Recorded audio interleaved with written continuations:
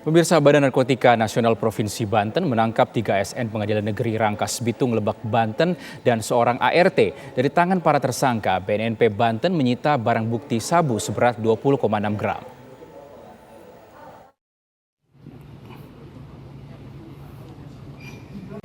BNN Provinsi Banten menangkap 3 ASN dan 1 asisten rumah tangga di wilayah Kabupaten Lebak, Banten. 2 di antara ASN yang ditangkap merupakan hakim di Pengadilan Negeri Rangkas Bitung berinisial YR dan DA. Sementara Ras merupakan seorang ASN yang juga bertugas di PN Rangkas Bitung. Selain itu, petugas juga menangkap H yang merupakan seorang asisten rumah tangga. Penangkapan para tersangka berawal dari adanya informasi masyarakat mengenai pengiriman narkotika jenis sabu melalui jasa pengiriman barang. Menurut pengakuan para tersangka, mereka baru 1 tahun mengkonsumsi narkotika jenis sabu. Mereka juga kerap mengkonsumsi sabu di ruang kerja Pengadilan Negeri Rangkas Bitung. BNNP Banten juga mengamankan barang bukti sabu seberat 20,6 gram yang dipesan oleh tersangka YR dari Sumatera. Untuk inisial hakim yang diamankan? Oh, sudah tadi. Y, D, Ras, itu.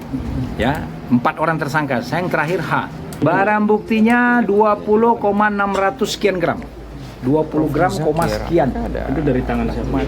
Itu dari tangan Ras, karena Ras lah yang mengambil ke jasa pengiriman. Yang ditemukan di ruang kerja hakim apa Mas? Peralatan penggunaan untuk menggunakan konsumsi metamfetamin. Para tersangka dikenakan pasal tentang narkotika dengan ancaman penjara minimal 5 tahun dan maksimal seumur hidup. Dari Serang, Banten, Siti Ma'rufah, TV One mengabarkan. Ya, di depan para terduga. Pemirsa, BNN Provinsi Banten menangkap 2 hakim dan seorang ASN Pengadilan Negeri Rangkas Bitung serta seorang asisten rumah tangga di wilayah Kabupaten Lebak, Banten. Dari tangan para tersangka, BNNP Banten menyita barang bukti sabu seberat 20,6 gram.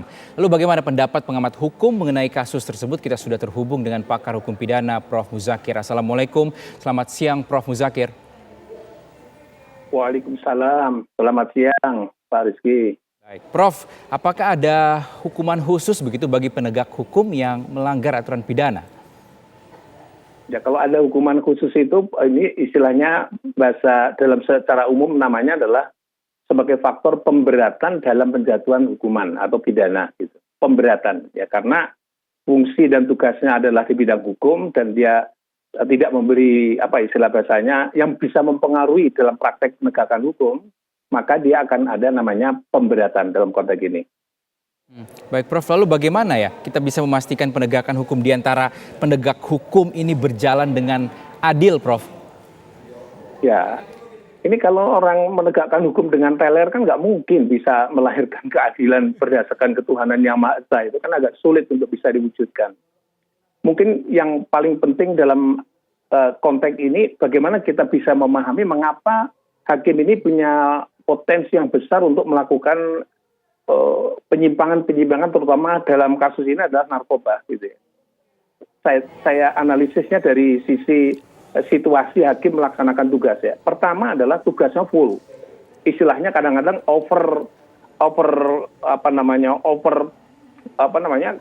melebihi daripada batas yang ditentukan. Bayangkan kalau sidang itu dari pagi sampai jam 00. Mungkin kadang-kadang setiap minggu dilakukan itu.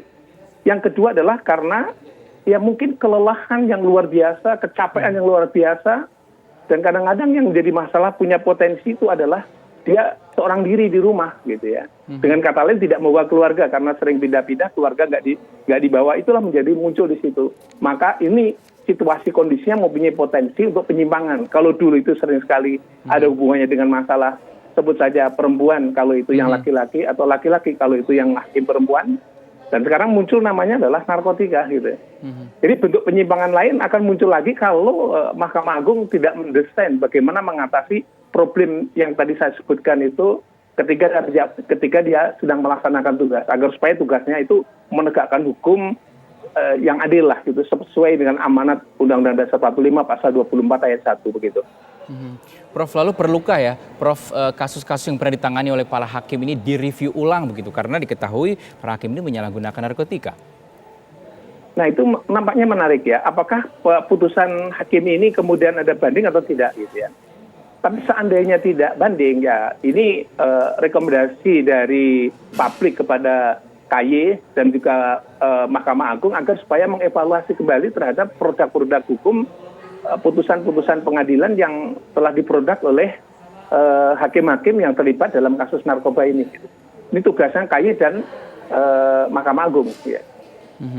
Prof, apa yang salah kalau Prof lihat dalam sistem hukum kita sehingga banyak penegak hukum yang ikut bermain dalam pelanggaran pidana apalagi narkotika. Bahkan kalau kita lihat tadi ya informasinya kerap mengkonsumsi narkotika ini di ruang kerja, Prof.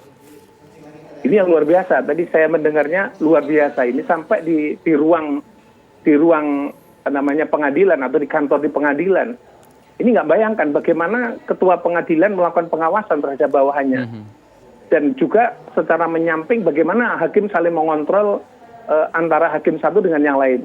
Misalnya cukup menegur supaya dia tidak melakukan itu dan sebagainya itu. Ini juga menjadi menarik. Tapi yang lebih menarik menurut saya bagaimana treatment terhadap ini agar supaya mereka tidak melakukan itu, gitu ya. Kalau boleh saya memberi tawaran begini. Ya, treatment seperti apa begitu, Prof? Tawarannya begini. Jadi Mahkamah Agung mendesain bagaimana hakim-hakim yang dipindahkan itu fasilitasnya akan diberi yang lebih lengkap gitu ya. Misalnya perumahan hakim. Jadi perumahan hakim itu jadi penting ya karena fasilitas untuk tempat tinggal yang nyaman itu bisa istirahat yang full dalam satu konteks ini. Yang kedua adalah fasilitas terhadap keluarga dan anak dan istrinya itu. Jadi kalau memindahkan hakim ke tempat lokasi tertentu, fasilitasnya diberi dan juga istri atau suaminya dan anak-anaknya kalau misalnya ikut pindah itu juga harus dibawa semuanya, termasuk juga kemudahan untuk memperoleh akses untuk masuk di sekolah di tempat tugas yang baru itu. Jangan sampai dia harus nunggu semester depan dan sebagainya. Jadi begitu dipermudah mereka memindahkan anak dan keluarganya itu. Dan yang terakhir adalah hal-hal yang terkait dengan ini menjalin yang disebut sebagai komunikasi antara masyarakat pengadilan ini ya. Masyarakat penegak hukum di tempat tugasnya itu ya. Banyak silaturahmi lah istilahnya atau mungkin banyak dilakukan pendekatan-pendekatan keagamaan, pengajian atau apapun bentuknya yang esensinya mengingatkan pada hakim-hakim yang bersangkutan. Selain memberi support etos kerja dan sekaligus dia mengingatkan jangan sampai dia terjadi penyimpangan-penyimpangan yang dilakukan yang itu menjadi efek yang tidak bagus juga untuk membangun karirnya termasuk juga efek kepada masyarakat. Dengan catatan bahwa di sini satu orang hakim itu melindungi, memberi contoh kepada kurang lebih berapa juta dalam setiap kabupaten tergantung pada jumlah penduduknya. Sekali hakim catat satu itu artinya memberi pengaruh kepada sekian juta masyarakat di tempat mana hakim itu bekerja begitu. Kalau pakai logika kuantitas begitu. Baik. Terakhir Prof, hukuman yang pantas bagi para penegak hukum yang terlibat narkotika ini. Ya, saya kira begini, ini karena ini seorang hakim ya. Tapi kalau saya minta dalam persidangan nanti bisa dibuka itu problem mereka bisa melakukan tindakan penyimpangan mengkonsumsi narkoba itu apa. Kan kadang-kadang fungsinya adalah karena pekerjaannya overload ya. Terus kemudian membutuhkan energi. Dan energi itu dilakukan dengan cara memberi suplemen yang negatif ya dengan narkoba. Ya kalau itu terjadi seperti itu ya pendekatannya secara komprehensif.